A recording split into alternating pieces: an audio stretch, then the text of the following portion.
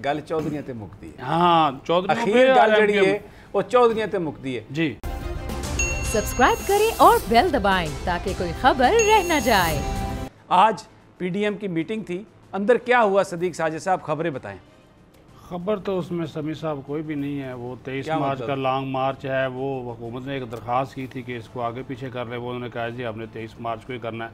मौलाना से सब सवाल किया गया जी उस दिन तो परेड है, तो उन्होंने कहा परेड सुबह है, हम जोर के बाद आएंगे।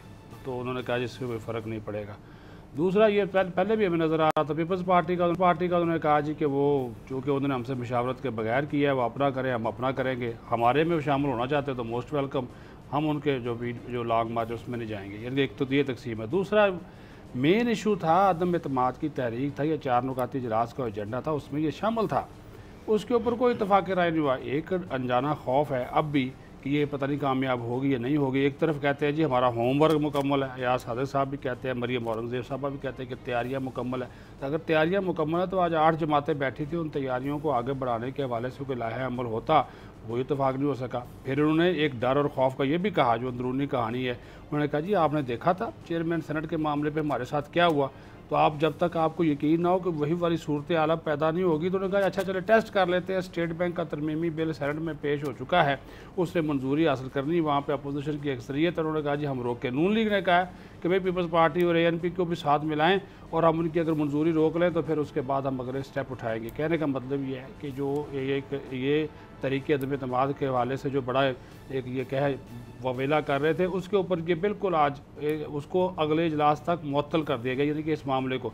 हालांकि आज सुबह जब नवाज शरीफ की मुलाकात जो टेलीफोनिक गुफ्तगू हुई मौलाना फजल रहमान से, उसमें इस चीज़ के ऊपर ये था कि ये ऑप्शन है और इस ऑप्शन को न सिर्फ ज़ेर गौर ले जाए बल्कि आगे बढ़ाया जाए। फिर समी साहब एक बात की मौलाना फजल रहमान ने, उसने कहा कि भाई ये एक पता नहीं ओवर कॉन्फिडेंस है कि जिसके ऊपर वो बात कर गए। मौलाना साहब ने कहा कि जल्द ही तरीके अदम एतमाद के मामले पर हम जो है वो सरप्राइज कौम को देंगे। वो इस तरह कि ये इत्तेहादी इस हुकूमत का साथ छोड़ देंगे, इसके ऊपर हम काम करें। और फिर उन्होंने कहा फिर तरीके अदम एतमाद नहीं आएगी, फिर हम सदर मुमलकत से मुतालबा करेंगे कि इमरान खान को कहे कि वो एतमाद का वोट है, फिर उनको बंदे पूरे करने पड़ेंगे, तो हमें तो हमारी तो नौबत नहीं आएगी। मियाँ साहब बोले वाह वाह मौलाना साहब। इसका मतलब ये है कि गल चौधरी ते मुकती है। हाँ, चौधरी गल जड़ी है वो चौधरी ते मुकती है जी। तो चौधरी साहबान जो हैं, ये आपको लगता है कि नवाज शरीफ पर दोबारा एतमाद करेंगे, या शहबाज शरीफ पर दोबारा एतमाद करेंगे, या मौलाना फजलुर रहमान पर दोबारा एतमाद करेंगे, जो यहाँ से उनके कहने पर चले तो गए